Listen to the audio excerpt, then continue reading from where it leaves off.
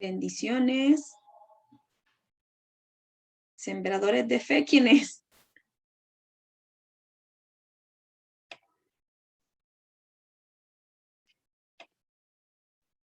¿Quién es sembradores de fe? Hola, soy yo, Pame. Ajá, por eso no sabía, sí. Sorry, Pame. Hello. Bendiciones, ¿cómo estamos? Bendiciones, bella. Bien, por voluntad de Dios. ¿Cómo vamos? Súper, Súper, súper. súper aquí. Ya recuperada. Sí, solo vamos a estar teniendo. No, todavía no. Pues, Tengo bastante fibrosis, todavía están los coágulos, pero Dios es bello. Ahí estoy entrenando ya, pero en mi casa. ¿y sus hijos qué tal? La mayor ya desde agosto se fue a los estados, un día antes de que yo saliera. Sí, Y la menor aquí, es solo el está con segundo él. año en la U de la mayor, Ah, ya está grandota entonces, ¿no? 20, y la Ya otra tiene. 17. Ah, pues ya Ya tiene se me hija va más grande. bien, ya se me va, le estaba adoptemos, estás loca, vos me dice que de 78 años voy a estar yo Ya, grabando cipote, me dice. ya se quedan solitos. Sí, ya. Pues bueno, esperemos que no tengamos problemas con el internet. Digo, para variar mi wifi hoy, y lo hemos reportado y dijeron que mañana viene. Entonces estamos con el del celular. Esperemos que nos aguante. Así que vamos a orar para comenzar. Amado Padre Celestial, te damos las gracias por este día, Señor. Gracias por tu presencia en nosotros. Gracias porque tú siempre, Padre, nos recuerdas que tú eres el que estás con nosotros, que tú nos levantas, Padre, que tú eres nuestra diestra, nuestro Dios poderoso, Señor, nuestra justicia, Padre. Te damos las gracias por la vida de Pamela y por la vida de Teo, Señor. Cubrimos sus vidas, su salud, sus dones, sus ministerios, la familia de Pamela, Señor, sus hijas, allá donde quiera que esté, Señor, su hija mayor, Padre, tú la guardas, tú la cuidas, tú no te apartas de ella, Señor, que tu gracia, tu favor, tu misericordia y tu amor la persiga donde ella esté, Señor. Te pedimos, Señor, por aquellos que no pueden entrar, Señor, quita todo obstáculo del camino, Padre, te pido por Bessie, ahí donde ella está, Señor, manda ángeles a guardarla, igual por doña Ana, Señor. Cubrimos a Diego, Padre, en el nombre poderoso de Yeshua, amén y amén. Bueno, Amén. bueno, vamos a ver, es share screen, ¿verdad? Vamos a empezar con emoción. Ya nos falta poco y es la parte que me gusta a mí. Ya volvemos. ¿Pueden ver? ¿Sí? Ok. Ya está que está poniendo que sí puede ver el Teo. Otra vez, ahí está. Vamos a ver. Entonces, hoy comenzamos con la última parte ya de este módulo, que es la soteriología. La soteriología es una rama de teología que se encarga de estudiar todo lo que tiene que ver con salvación. De ahí viene su nombre. Soterio, que viene de soter o soso o yasha en hebreo, que es de salvación, y logía, que ya sabemos que es un estudio, ¿verdad? La base de la soteriología, entonces tenemos en Salmo 3:8, la salvación es de Yahvé, sobre tu pueblo sea tu bendición. Sabemos que todo lo que es la salvación es obra de Dios. Cuando hablamos de Dios nos referimos al Dios Trino, porque el plan salvífico estuvo en la mente del Padre, fue ejecutado por el Hijo, pero el que realiza la obra en nosotros es el Espíritu Santo. Entonces, es obra del Dios Trino. Dice Jonás 2:9, mas yo con voz de alabanza te ofreceré sacrificios, pagaré lo que prometí, la salvación es de Yahvé. Eso es lo interesante de la salvación, que el que fue ofendido o el agraviado, en este caso que fue Yahvé, que fue Dios, el mismo provee el cordero o el que quita el pecado, el mismo provee el pagar por ese pecado, ¿verdad? O sea, él es el ofendido, pero aparte de que él es el ofendido, él nos acerca o nos provee el medio para volvernos a reconciliar con Él. Entonces, Ese es el tipo de perdón que se nos enseña, que es el que debemos aplicar nosotros, ¿verdad? Porque cualquiera diría, si a mí me ofenden, si a mí no me desobedecen, ¿por qué todavía yo, imagínense, tengo que hacer algo para que se congracien conmigo? Él mismo entregó a su hijo, ¿verdad? Para poder lograr esto. La definición de la soteriología, pues trata la provisión de la salvación a través de Jesucristo y la aplicación de ella a la vida del pecador por el Espíritu Santo. Entonces vemos cómo siempre son, es la Trinidad trabajando en conjunto. Podemos decir que la salvación incluye la obra completa de Dios en traer a las personas de la condenación a la justificación. Sabemos que antes del pecado de Adán, a eso es lo que se le define la caída, ¿verdad? El pecado de Adán y de Eva, ellos cayeron de la gracia, cayeron de la posición que tenían con Dios y perdieron sus derechos, sus privilegios, y por medio de Yeshua y por medio del plan salvífico es que nosotros recuperamos que ese estado de comunión que ellos tenían. De muerte a vida desde la perspectiva humana. Ok, viene, como les decía, del hebreo yasha, que es de espacioso y amplio, en contraste con algo que es estrecho y opresivo, por lo que llega a significar rescate y liberación. Entonces, la palabra salvación significa rescate y liberación. El motivo y la importancia, ¿en qué radica esto? Como les decía, si él mismo ha provisto el medio para que fueran perdonados nuestros pecados, lo único que demuestra es su gracia y su amor. Dice la palabra que él fue el que nos amó primero. Dice Romanos 5, pero Dios demuestra su amor por nosotros en esto, en que aún todavía siendo pecadores, Cristo murió por nosotros. ¿Cuál es el alcance de la salvación? Pues en el pasado, cuando nosotros creemos, venimos y confesamos a Jesucristo, pues pasamos de ser libres, pasamos de estar condenados y atados y amarrados por el pecado a una vida de libertad. Eso hizo por nosotros en el pasado cuando aceptamos a Jesucristo, ¿verdad? Cuando creímos en Él. En el presente, constantemente, porque es de todos los días. Sabemos que esto es una lucha, no somos perfectos. Todos los días nosotros luchamos contra nosotros mismos. Es un constante liberarnos de mi mismo yo, de mi carne, ¿verdad? Somos salvados del pecado por medio de ¿qué? Poniendo en práctica los frutos del Espíritu Santo, el dominio propio, perseverar en la santidad, etcétera. Eso es lo que hace por nosotros en el presente. Y en el futuro, ¿qué es lo que va a hacer? Pues en el futuro sabemos que por medio de la obra de Jesucristo, que fue el primogénito de los resucitados, y el primogénito de los ascendidos, y el primogénito del cuerpo glorificado, nosotros mismos en el futuro a eso es lo que aspiramos, a ser resucitados, a que nuestros cuerpos sean glorificados y a morar y reinar juntamente con Él para siempre. Entonces sabemos que la aplicación de la salvación se realiza en tres etapas con los tres tiempos. En el pasado, o sea, lo que ya hizo por mí, que fue liberarme de la atadura de la muerte, de la atadura de Satanás, ¿verdad? Como él me tenía cautivo en el pecado. En el presente, liberarme constantemente de mí misma, o sea, de mi carne, por medio de los frutos del Espíritu Santo. Todos los días yo soy libre y salva de nuevo, ¿verdad? Cada vez que no me dejo dominar por una de las tentaciones y caer nuevamente en pecado. Y en el futuro, ¿qué es lo que va a hacer? Bueno, este mismo cuerpo va a resucitar y va a ser glorificado y reinar con él. Esas son las tres etapas en el tiempo de la salvación. El método de la salvación. ¿Cómo es el método? Siempre Dios, a lo largo de las escrituras, pues sabemos que su gloria, su misericordia se manifiesta diferente con todas las personas, de su trato es diferente para todas las personas. Sabemos que el ejemplo lo tenemos en la parábola del hijo pródigo.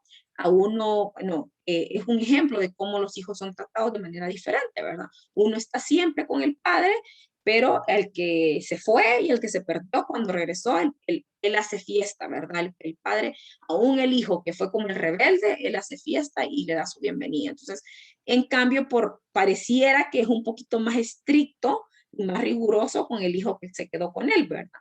Entonces, y nosotros como, bueno, en el caso Pamela y yo, sabemos que nuestros hijos, aunque los amamos por igual, no se tratan de la misma manera.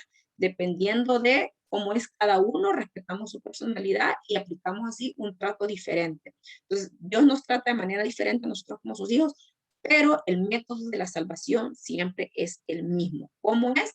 Pues la salvación es siempre por sangre. desde el Antiguo Testamento se enseña que el sumo sacerdote se presentaba con un corderito ya muerto, eran puestos las manos sobre el corderito y todos los pecados del pueblo eran transmitidos a ese cordero y el que posteriormente era dejado ir, que es el que se conoce como Azazel en el Antiguo Testamento. Pero siempre, si no había sangre, no había paga de ese pecado. Entonces, siempre sigue siendo por sangre, nada más que en nuestro caso ahora la sangre que fue derramada fue la de Jesucristo.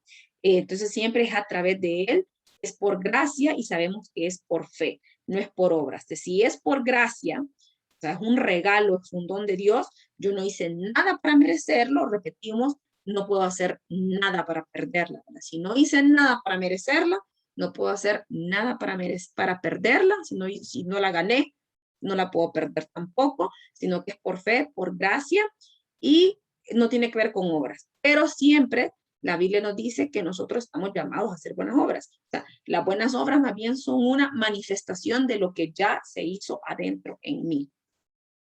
¿Cuál es el significado? El significado de la salvación, pues, es una liberación exitosa de lo que ya fuimos, como les dije, que éramos condenados, estábamos presos de muerte, presos de nuestros delitos, de nuestros pecados, presos de Satanás, pero ahora somos libres. ¿Por qué? ¿Cuál es la necesidad de que se haya establecido que Dios iniciara el plan salvífico? La necesidad número uno fue por el pecado original, pues el pecado de Adán y Eva, que cayó de la gracia, por la naturaleza pecaminosa, la misma naturaleza que hace que constantemente estemos lidiando con eso de caer en pecado, y por pecados puntuales. ¿Por qué hace la diferencia? ¿Por qué hace la diferencia con los tres? Porque sabemos que nosotros somos presos de diferentes pecados, ¿verdad? El que arrastramos de generación en generación, que son los pecados familiares, que la Biblia nos dice que van a pagar los pecados de los padres hasta la tercera y la cuarta generación de los hijos. No nos gusta escucharlo, pero realmente la Biblia así está, y así lo dice, y la Biblia es palabra de Dios, y lo que está escrito en la Biblia es un decreto, son leyes que están instauradas y no las podemos borrar. Entonces, sí, hay cosas que arrastramos de generación en generación, otra, pues, son los pecados ya personales míos, y lo otro es lo que arrastro por culpa de Adán como cabeza de especie. Entonces, por estas tres razones, era necesaria la sangre de Yeshua, porque es la que hace que él es, la sangre de Yeshua es la que nos redime de los tres tipos de pecado. La capacidad. Pues, ¿cuál es la capacidad de la salvación? ¿Para quién está disponible también esa salvación? La capacidad está dispuesta pues, para salvar, o sea, todo aquel que quieras, o sea, todo aquel que en él crea, dice la palabra, salvo, ¿verdad? Todo aquel que en él crea, o sea, ¿a quién está disponible y a quiénes alcanza? A todo el que cree. ¿Cuál es el requisito? Entonces, creer. ¿Para quiénes murió Dios? Entonces uno dice, murió para todo el mundo. Pues realmente el mundo es de él, fue creación de él, pero él no murió para todo el mundo, porque si alguien no lo quiere aceptar, o sea, el sacrificio no fue para él, pues. Tener la capacidad y la exposición de salvar al pecador, el hombre por sí solo no posee esa capacidad, ¿verdad? La tiene Yeshua. Él es la fuente de salvación, él tiene la capacidad, él es, ¿por qué? Porque él es Dios, él es impecable y tenía esa comisión divina, y dice que él mismo envió a su hijo para ser el salvador del mundo. Entonces, él tiene la capacidad de salvar, pero ¿para quién? Para el que cree, no está disponible para todos, ¿verdad? Yo siempre lo pongo como ejemplo, similar a cuando usted da como una gift card a alguien, ¿verdad? Se la da de cumpleaños, por ejemplo, de Sara, de lo que sea, de la colonia, usted le da el regalo, la gift card a la persona, pero esa persona viene y el día que usted se la da, se la mete en la billetera, se la guarda en la cartera y ya, no la volvió a usar. Se le olvidó que usted se la dio y ahí la anda. Entonces, ¿está disponible? Sí, el saldo ahí está disponible, usted se lo dio, usted cumplió con dárselo, pero ¿qué pasa? Mientras la persona no va, no se mueve, no hace el cambio, no va y hace el cambio en la tienda, no es acreedora del regalo, me explico. Tiene el saldo disponible a favor de él, usted ya se lo dio, pero mientras no va a cambiarla, pues está ahí como en hold, ¿verdad? No es dueña de esos regalos, no se ha apropiado de su regalo.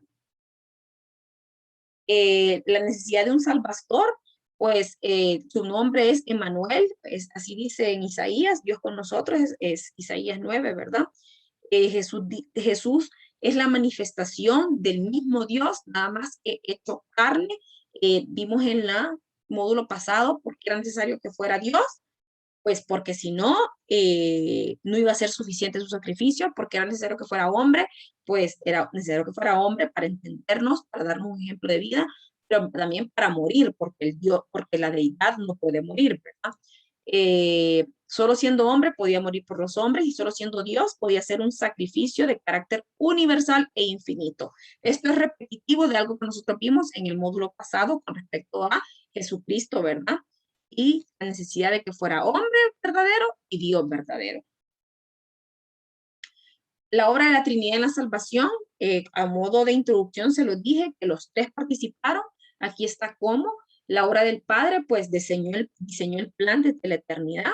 Él conoce todo de antemano, Él es el que escoge, predestina, elige y Él es el que hace el llamamiento. Dice la palabra, todos son llamados, mas no todos son escogidos, ¿verdad? No todos atienden al llamado, pero el llamado Él lo hace. El llamado es a todo el mundo, es similar a esa gift card que yo les dije, pero la persona debe hacer el cambio. La obra del Hijo, pues fue el que llevó a cabo el plan, como les dije, el pacto eterno de Dios con Yeshua. Es Cristo el que participó en carne y hueso, Él vino, ¿verdad? Si no hubiese venido Él, como dice Hebreos 5:8, por lo que padeció, Él aprendió obediencia. Él no quería, dice que Él gimió y pidió al Padre para que pasara eso, ¿verdad? Pero al final aceptó su voluntad y aprendió la obediencia y Él hizo que fuera posible el plan salvífico, que Cristo funcionaría en una relación de hijo y siervo con Dios, Cristo moriría por los pecados del mundo y Cristo fue el que recibió como heredad las naciones junto con poder y autoridad. ¿Cuál es la obra del Espíritu Santo? Es, como les dije, es el que hace la obra en nosotros, declara el plan diariamente, Él es el que convence de pecado, es el que realiza la conversión en nosotros y la regeneración, porque sabemos que con decir un día, acepto a Jesús como mi Señor y Salvador, como recitarlo como una letanía, no es que nosotros cambiamos, ¿verdad? Al contrario, eso es algo de todos los días. Hay personas como en el caso de Pablo, que después de haber visto y ser cegado con la luz, tuvo una metanoia, dice la palabra, o sea, una metamorfosis, un cambio que fue como de día a noche en un segundo, ¿verdad? Son pocas las ocasiones que eso sucede así. Una transformación inminente y así como visible y de un día para otro son pocas. Por lo general, a todos los seres humanos, esto nos toma con tiempo, esa conversión y esa transformación y esa regeneración. Es la obra del Espíritu Santo en nosotros a medida vamos madurando, adquiriendo el carácter de Yeshua y manifestando los dones y los frutos del Espíritu Santo. Entonces aquí donde hablamos del Ordus Salutis, o el orden de la salvación. Se le dice orden de la salvación, pero no es que sigue un orden, ¿verdad? Pero en general hablamos de, ¿qué es el Ordus Salutis? Una serie de pasos conceptuales dentro de la doctrina cristiana de la salvación. ¿Por qué hago esta aclaración? Pasos conceptuales, porque es un concepto, no es algo escrito en piedra que Dios así dijo que tenía que ser, no. Son conceptos que se creen como para entender un poquito más fácil las cosas. Habla de una manera de organizar los eventos que ocurren dentro de la redención. Nunca deberemos separar los beneficios del benefactor. Todo el proceso es obra de Dios en Cristo por gracia y manifestada por el Espíritu Santo, ¿verdad? ¿Cuáles son las etapas o el Ordus Salutis? Primero, pues tenemos elección y predestinación. Hablamos que esto es por medio del Padre, ¿verdad? El Padre es el que elige y que predestina a los que Él quiere.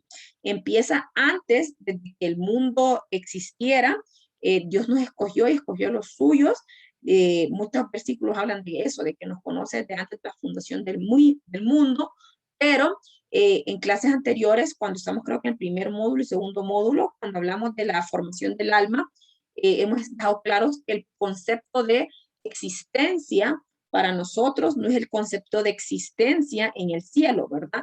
No es que yo desde antes de nacer, literal, mi alma ya estaba en una piscina de almitas, que es el concepto que tienen más o menos los que reencarnación, que eso va pasando entre uno y otro. El alma puede ir pasando de persona en persona, ¿verdad? Pero no es así. Cuando Dios se habla de que existimos desde antes de la fundación del mundo, es porque nosotros existimos en su pensamiento. El plan salvífico existe en su mente. Nosotros tenemos un concepto de existencia que aplica a nuestro mundo 3D. Lo que yo veo, lo que yo palpo, lo que se rige por el tiempo, por el espacio, ¿verdad? Eso es para nosotros el concepto de existencia.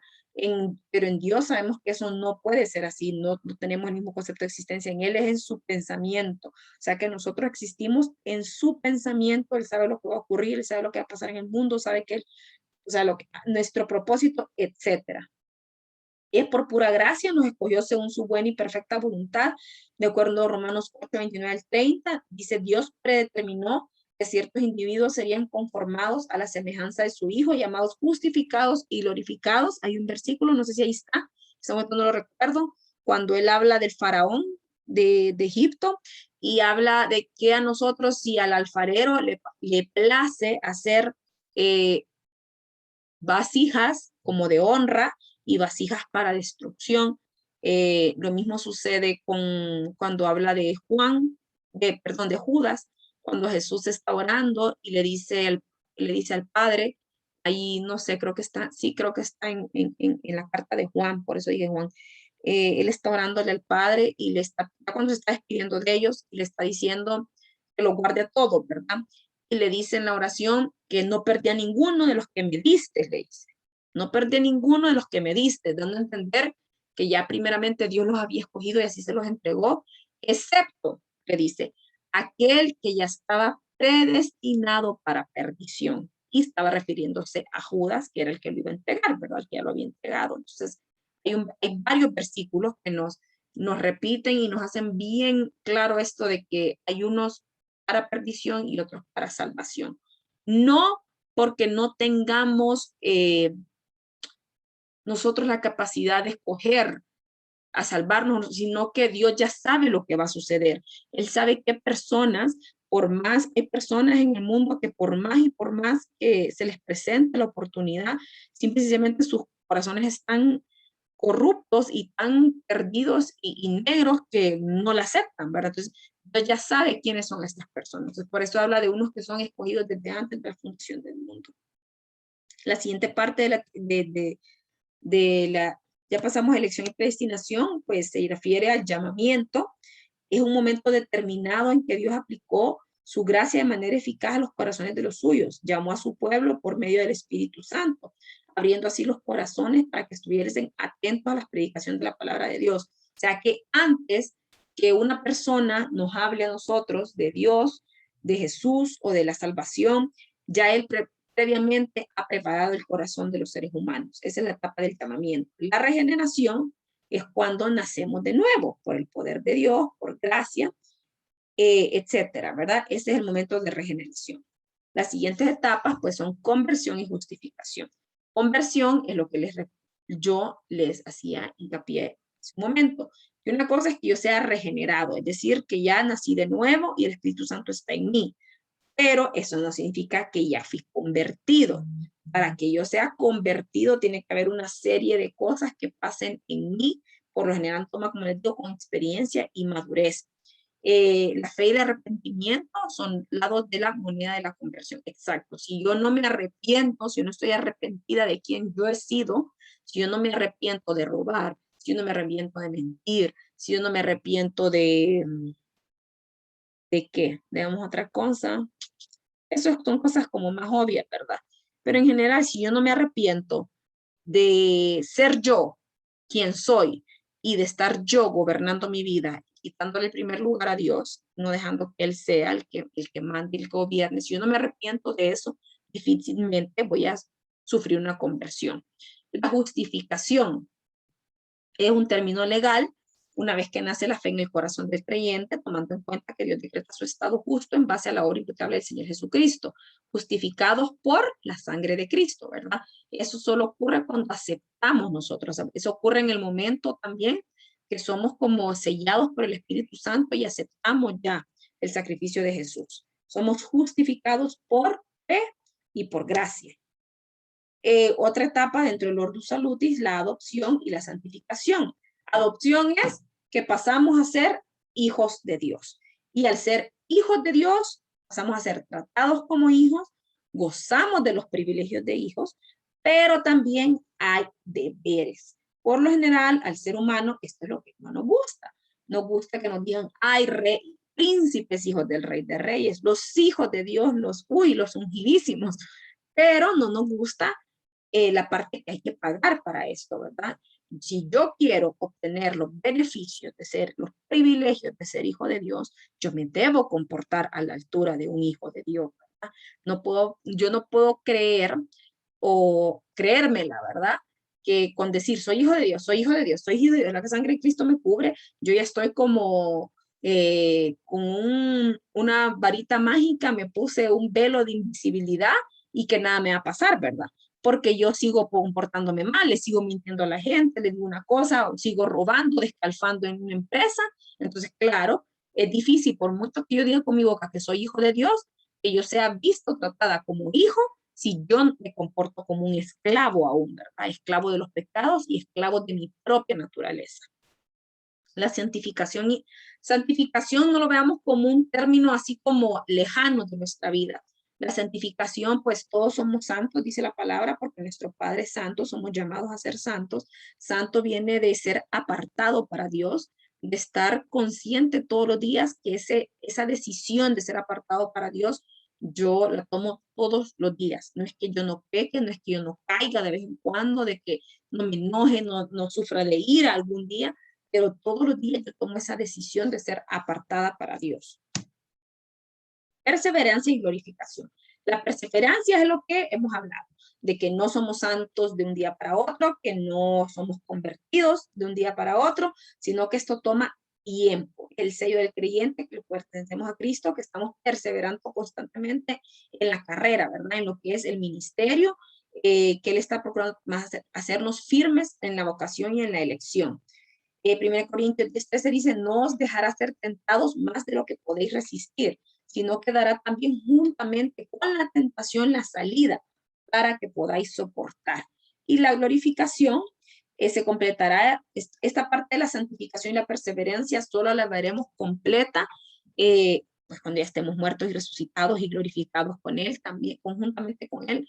Sabemos que no vamos a lograr ser perfectos, que la estatura de ese varón perfecto que es Jesucristo, podemos aspirar a ella y luchar todos los días con ello y perseverar en esto, pero no es que la vamos a alcanzar, la vamos a alcanzar hasta que muramos, resucitemos y seamos glorificados juntamente con Él. Amén. Aquí está desde cuándo, esto no, solo hace como un breve resumen de cómo ha sido las etapas de la salvación, ¿verdad? En la etapa de Moisés, o previo a Moisés, sabemos que todo era por medio de sacrificios y ofrendas. Tenemos que la ofrenda de Abel fue grata a los ojos de Dios, ¿verdad? Los sacrificios que hizo Noé, los sacrificios que hacía Abraham constantemente. Y en el Levítico se nos habla del cordero, ¿verdad? De las ofrendas levíticas, etcétera. Pero después de lo que hizo ya Jesús, ya nosotros sabemos que no es así. Siempre existen ciertos tipos de ofrendas que nosotros podemos adoptarlo del Antiguo Testamento a nuestra vida, pero sabemos que ahora nosotros, ya en Yeshua, nosotros somos, si Él es el sumo sacerdote, yo soy el sacerdote, yo soy el altar y yo soy también el sacrificio vivo. Eso es lo bonito de lo que es la diferencia entre el Antiguo y el Nuevo Testamento. Sabemos que el Antiguo solo era una sombra de lo que había de venir, entonces ya el Nuevo Testamento viene a conformar y perfeccionar todas esas partes.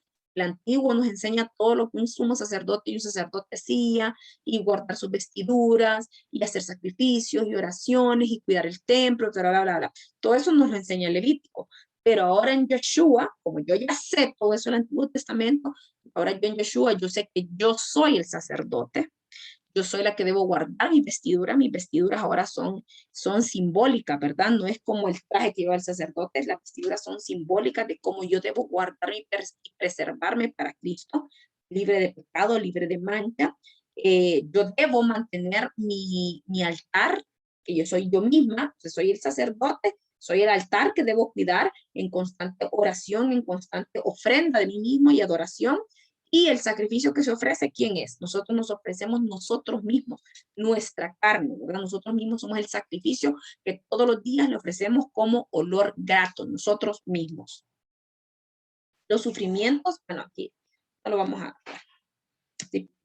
Los sufrimientos de Salvador, no. Detalle de la pasión, espérenme, solo quiero revisar una cosa que estoy viendo. Ay, sí, creo que fue Bessie. ¿Tienen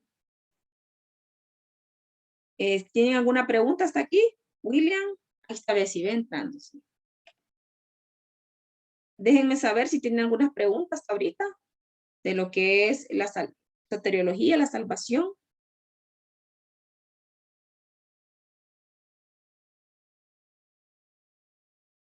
¿No? No, Bueno, Abby, no. está bien. Entonces, todo esto son tipificaciones. Ay, espérenme que no puedo mover.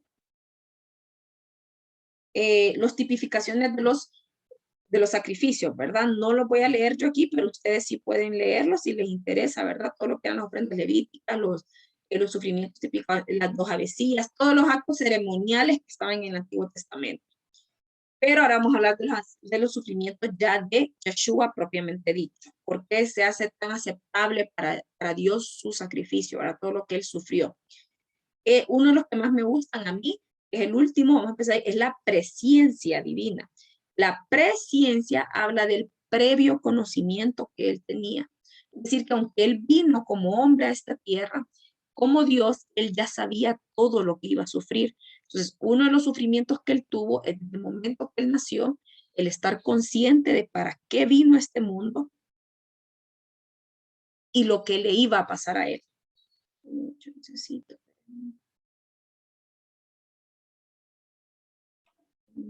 Ay, denme chance. Hice, no sé qué toco. Su presencia, bueno, sus conocimientos fueron anticipados, su compasión, su santidad y la tentación. Entonces, su compasión habla de que él sufrió desde el momento que él estaba, ¿cómo les digo? Sufrió por los demás. Él sufrió sí sabía lo que iba a pasar con Judas, sufrió por eso, se imaginan, una persona que él amaba, saber que iba a ser, él iba a ser traicionado por él, sabía que Pedro lo iba a negar, se sintió solo, él sabía los que se iban a perder, exacto, también. Su santidad y la tentación. Cristo fue tentado para socorrer a todos los que son hechos semejantes. Okay. Esta parte de la tentación sabemos nosotros que él fue llevado por el Espíritu Santo al desierto 40 días para estar en ayuno, ¿verdad? Después para inicio su ministerio, pero sabemos que fue tentado por el diablo a comer y él sentía hambre porque era de carne y hueso. Fue tentado a incluso tentar a Dios, tentado a tentar a Dios, valga la redundancia, ¿verdad? Que se tirara desde lo alto. Entonces, todos son los sufrimientos que Jesucristo pasó. No solo fue, lo que tiene que quedar ustedes claros con estos conceptos, es que el sufrimiento de él no solo se enfoca a ese único día donde fue capturado, crucificado y el dolor físico que sintió, sino que su sufrimiento también aplica a su parte humana, ¿verdad? A su alma, a sus sentimientos, a sus emociones, de todo lo que él padeció mientras estuvo aquí, sabiendo lo que iba a sucederle, de ver que la gente lo negara, lo rechazara, que sus propios amigos fueron los que lo traicionaron. O sea, eso también forma parte del sufrimiento de Cristo, o sea, fue parte de lo que él ofreció. Su agonía en Getsemaní, que le hemos visto que lo hemos leído un montón de veces, él gimió hasta el punto de sangrar y de llorar sangre. Eso es algo que existe, ustedes lo pueden googlear, lo que se llama hematidrosis, cuando usted llega a un nivel de ansiedad o de estrés, su cuerpo, que los vasos sanguíneos se le empiezan a extravasar, que sale sangre pues de sus poros, de su cuerpo, y por eso era que podía él llorar sangre también, ¿verdad? En casa del sumo sacerdote, la flagelación, la corona de espinas, todo eso que nos habla de que él fue humillado, cómo se burlaban de él, y siendo el Hijo de Dios, que él pudo haber parado todo en un momento, ¿verdad? Y el momento de la crucifixión, el dolor que sufrió no solo de los látigos, sino los clavos que le traspasaron, tanto sus manos como sus pies, estaba prácticamente sostenido, ¿verdad? De los clavos, el padeció sed y lo que hicieron fue darle vinagre. Entonces, lo que quiero es que hagamos concepto, noción. Quité el video porque me decía conexión inestable. Que ustedes hagamos noción de todo lo que él sufrió, no solo el día de la cruz, desde antes, y sufrimiento tanto físico. Hemos leído tantas veces la historia de cómo eran esos latigazos que le daban, que tenían en la punta vidrio, chapas, metal, que le rasgaban su piel, y él siendo que justo, siendo el único justo sobre la tierra, santo, sin pecado alguno, hacerlo solo por amor y por obediencia, ¿verdad? Entonces son las partes del sacrificio que él hizo, que lo hicieron aceptable a Dios, porque siendo justo, siendo libre de pecado, siendo santo y siendo el Hijo de Dios, él padeció todas estas cosas sin quejarse, porque eso es lo que vemos nosotros, ¿verdad? Como corderito al matadero, nunca se defendió, nunca se quejó, y esto hicieron que su sacrificio subiera como olor fragante y que fuera suficiente para el perdón de los pecados de la humanidad. La aplicación personal, pues, la cruz de Cristo en toda su dimensión de la palabra incluye un aspecto de sufrimiento alrededor de la crucifixión, el resultado del amor de Dios y de la entrega voluntaria del Salvador, lo que les decía. Él lo hizo por voluntad, por amor y por obediencia. Y como él era libre de pecado, eso lo hizo como grato, su sacrificio. La dimensión del amor del Señor se alcanza desde la comprensión de su obra hacia el individuo, Gálatas 2:20. Con Cristo estoy juntamente crucificado, ya no vivo yo, mas vive Cristo en mí. Lo que ahora vivo en la carne, lo vivo en la fe del Hijo de Dios, el cual me amó y se entregó a sí mismo por mí. Entonces nosotros ya no vivimos una vida de sí, porque los 10 mandamientos dicen que está prohibido hacer esto, entonces yo por temor no voy a hacer tal cosa. No, nosotros vivimos una vida de agradecimiento, y porque estoy agradecida de lo que Jesús hizo por mí y de su amor, y ese mismo amor por agradecimiento, yo hago ahora las cosas. Entonces, ante el amor demostrado, solo cabe una manera de expresar gratitud.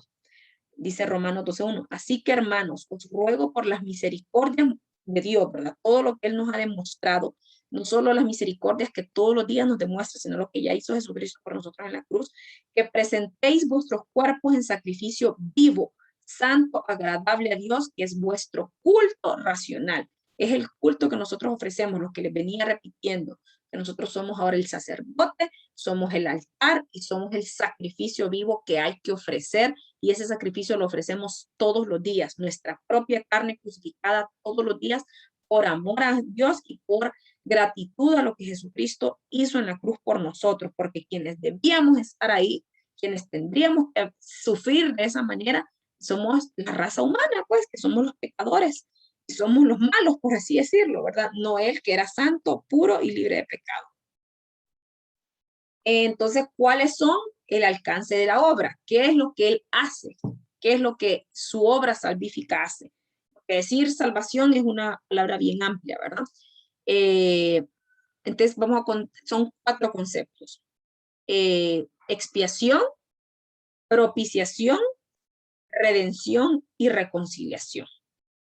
Expiación es cuando se expía de una culpa, ¿verdad? Es decir, como cuando yo robo y yo repongo lo robado, ¿verdad? Eso es expiar. Yo robo a alguien, pero si pago lo que me robé, porque no es solo pedir perdón por haber robado y haberme arrepentido de haber robado, sino que hay que expiar esa culpa. ¿Y cómo la expío? Pues devolviendo lo que me robé, pagando la culpa. Pero la propiciación se refiere a otro concepto. La propiciación es porque aunque yo a alguien le robe algo y se lo pague, por lo general la persona ya queda como ofendida, ¿verdad? Y la persona difícilmente vuelva a confiar en mí. Pero en el caso de Jesús, no solo pagó mi culpa, no solo me expió de culpa, sino que también propició. Propició es que también aplacó la ira del que fue ofendido, o sea, de Dios. Dios ya no está resentido conmigo, no guarda rencor ni memoria de nuestros pecados, ¿verdad? O de lo que nosotros hicimos, de la tendencia pecaminosa de Adán. Redención y reconciliación, pues somos redimidos, somos salvados, ¿verdad? De lo que ya nuestra vida es redimida, somos salvados del poder de la muerte, que fue lo que se esclaviza al hombre, la muerte y el pecado, porque es lo que tenía antes de que Jesús bajara al Hades cuando murió. El que tenía el dominio sobre la muerte, pues era Satanás, pero ahora nosotros fuimos redimidos y reconciliados. ¿A qué se refiere reconciliación? Pues que si éramos enemigos de Dios por culpa del pecado de Adán, ya no somos enemigos, sino que ya estamos nuevamente en una relación congraciados con Él. Jesucristo es todo en la propiciación, el que sustenta a Dios ante la sangre, o sea, Romanos 3:25, a quien Dios puso como propiciación por medio de la fe en su sangre para manifestar su justicia a causa de haber pasado por alto en su paciencia los pecados pasados. Es el sacerdote que ofrece el sacrificio y la víctima del sacrificio también. Entonces, Él es la propiciación por nuestros pecados, el mismo Jesucristo, y no solamente los nuestros, sino también por las de todo el mundo. Él aplacó la ira, ¿no? Expiación, pues ya vimos que es la limpieza que Él hace en nosotros por medio de la sangre. Isaías 53, ciertamente llevó en nuestras enfermedades, sufrió nuestros dolores, nosotros le tuvimos por azotado, por herido, abatido, mas el herido fue por nuestras rebeliones, molido por nuestros pecados, el castigo de nuestra paz fue sobre él, y por su llaga nosotros fuimos curados, fuimos expiados de todo pecado. La reconciliación, hablamos que es una restablecer la relación, restablecer después de la caída, ¿verdad? Romanos 5:10, porque si siendo enemigos fuimos reconciliados con Dios por la muerte de su Hijo, mucho más estando reconciliados seremos salvados por y la redención, que es la obra de rescate, Efesios 1:7, en quien tenemos redención por su sangre, para que haya expiación y redención, ¿qué se ocupa? Se ocupa sangre. Si no hay sangre en el Antiguo Testamento, cuando no corre sangre, no hay paga de pecado. El perdón de pecados según las riquezas de su gracia. ¿Cuál es la aplicación personal? Pues la salvación descansa única y exclusivamente sobre la gracia de Dios. Como les decía, Él es el que hizo el plan, Él proveyó el cordero, Él fue. Nosotros no hacemos nada para ganarlo, por gracia. La redención produce libertad de esclavitud del pecado, permitiendo al creyente servir a Dios. Entonces, somos libres ya en las ataduras del pecado y de la naturaleza pecaminosa. El creyente ha sido libertado de la potestad de las tinieblas para poder vivir en la voluntad de Dios. La vida de libertad exige una vida de obediencia y santidad. Como les decía, si somos ya adoptados, tenemos los privilegios de hijo, debemos también cumplir con nuestros deberes y demostrar en nuestro carácter, en nuestras actitudes, que soy una hija de Dios verdadera, con obediencia y santidad. Resultados de la salvación, pues somos justificados. Ese era el alcance, ¿verdad? Recordar cómo el alcance, repitamos, vamos a quedarnos hasta aquí, ya vi que son las 7:25. Entonces, repitiendo, vamos a resumir qué es soteriología. Pues es el estudio de la salvación, salvación que viene de soter, en griego, yasha, que es en hebreo, que es del lugar espacioso o del lugar amplio, ¿verdad? Porque es lo que nosotros fuimos sacados, de la estrechez, de la cautividad del pecado, al lugar espacioso. ¿Quiénes forman parte? ¿Quién del plan salvífico? Ya vimos que son los tres, la Trinidad en sí. Dios, que fue el que hizo el plan, Él es el que llama, Él es el que escoge, el que predestina. Jesucristo, que es el que llevó a cabo el plan. ¿Cómo lo llevó? Pues él vino, se hizo hombre, ocupaba ser hombre para poder morir y ocupaba que fuera Dios para que fuera su sacrificio suficiente. Ya vimos que por medio de sus sufrimientos, su sacrificio resultó de olor grato para Dios. Él sufrió no solo el día de la cruz, sino que sufrió desde que vino aquí porque él sabía que venía. Se llama presciencia, ese término es presciencia, saber de antemano lo que va a suceder. Sufrió con compasión por el mundo, por el pecado, sufrió por la traición de sus amigos, sufrió también escarnio, humillación, vergüenza, todo lo que él sufrió. Esos son parte de los sufrimientos que hacen aceptable su sacrificio y él fue el que lo llevó a cabo. Y la última parte, que es el Espíritu Santo, que es el que hace la obra en nosotros. Él es el que participa en lo que es la conversión, convicción y regeneración. ¿De qué convence? Sabemos que el Espíritu Santo nos convence de pecado, de juicio y de justicia. Él nos convence de pecado porque si no hay arrepentimiento, dice, de nada sirve. O sea, el arrepentimiento es el requisito para poder ser transformados y convertidos. Entonces, quien lleva a cabo esa obra de convicción, transformación, regeneración, conversión es el Espíritu Santo. Por eso la Trinidad es la que participa en todo el evento salvífico. ¿Y cuál es el alcance de la obra de Jesús? No solo decir, yo soy salvo, la sangre de Cristo me salva, no. El alcance agarra estos 4 conceptos. Expiación, o sea, expió la culpa, lo que él no hizo, pero pagó por ello. En vez de, se le llama sacrificio vicario. Sacrificio vicario es cuando alguien es en vez de. Él pagó algo en vez de nosotros. Propiciación no es solo que pagó la culpa, sino que aparte quitó la ira. Entonces Dios ya ni se acuerda de los pecados nuestros y Dios no se acuerda, o sea, no tiene esa sensación de venganza o no tiene ira con nosotros porque ya Jesús pagó eso. Y aparte la redención del pecado y la reconciliación, o sea, nos restaura a ese momento de antes de la caída de comunión y gracia con Dios. Entonces, esa es a manera de resumen lo que vimos hoy. ¿Tienen alguna pregunta? Bueno, si no tienen preguntas, creo que son 2 clases más las que tenemos para terminar este apartado de soteriología y hacer el examen, pero yo les dejo siempre para este último módulo, antes de hacer el seminario de escatología, un requisito para hacer el seminario de escatología, como no exponen y no investigan en este módulo, hay una tareita. La tareita es leer el libro de Romanos, porque ya vimos que se cita mucho aquí, y el libro de Hebreos, la carta de Hebreos. ¿Por qué vamos a leer la carta a los romanos y la carta a los hebreos? Porque Romanos es la carta, como les digo yo, la capital del cristianismo, usa todos estos términos legales de ser justificados, de propiciación, expiación, entonces hay que leer la carta a los romanos, debemos entenderla, y Hebreos nos habla mucho de la fe y de Jesús como sacerdote, sumo sacerdote. Entonces, quiero que me lean estas 2 cartas y a medida que ustedes vayan leyendo estas 2 cartas, empiecen con Romanos o bueno, como ustedes quieran. Lo que quiero es que, por ejemplo, capítulo 1, y si en el capítulo 1, no me van a hacer un resumen del capítulo, lo que quiero es que en el capítulo 1, cualquier verdad que encuentren relacionada con doctrina de soteriología, o sea, de salvación, o algo lo que hayamos visto anteriormente de Jesús como hombre, Jesús como Dios, de clases pasadas, de módulos pasados, ustedes lo van a poner. Capítulo 1, Capítulo 2 habla de soteriología, de la expiación. Capítulo 3 habla de el llamamiento. Capítulo 4 habla de la elección de los escogidos. O sea, solo cosas puntuales de cosas doctrinales que ya hemos visto. ¿Sí?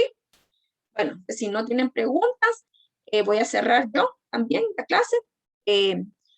Amado Padre Celestial, te damos las gracias por este día, Señor. Gracias por el sacrificio de tu Hijo en la cruz, Señor. Gracias porque sin duda alguna tu amor y tu misericordia, Padre, son inagotables, Señor. Gracias, Padre, porque sabemos que si no hubieras enviado a tu Hijo, nosotros no estaríamos aquí, Señor. Nosotros no somos dignos, Padre, pero tratamos, Señor, y ofrecemos nuestro corazón y nuestro cuerpo como sacrificio vivo para todos los días, Señor. Hacerte sentir orgullosos, Padre, de los hijos que tú tienes, Señor, por medio de obediencia y de santidad. Te damos las gracias por la vida de Bessie, Señor, que tú la has guardado y la has cuidado, Señor. Gracias porque pudo entrar, Señor, a último momento.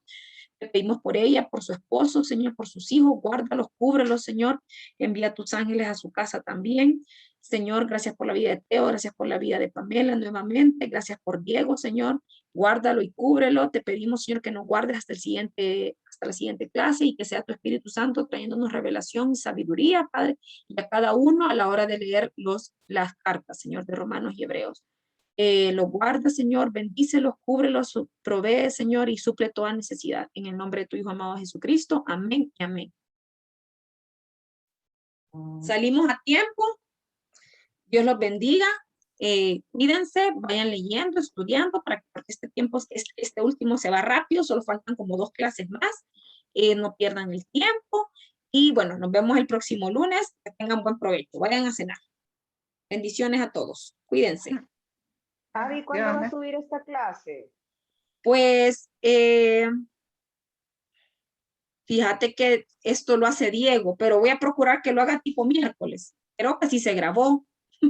Ojalá, sí, espero que sí, porque como quiere que usemos los términos de ahí, necesitamos hacer un resumen de cada capítulo, sino solo poder aplicar lo que hemos aprendido. Sí, pero sí, o sea, sí, igual recuerden que en el manual esto está. Ok, Vamos a Bueno. subir, yo creo que el manual ya lo subió Diego, no estoy segura, pero si no, hoy mismo yo le recuerdo que lo suba para que lo vayan sacando igual con los términos del manual, para que se les haga más fácil. Cheque. ok, gracias, Javi. Ay, Vaya, bendiciones. bendiciones a Buenas todos. noches. Bendiciones. Gracias, Javi.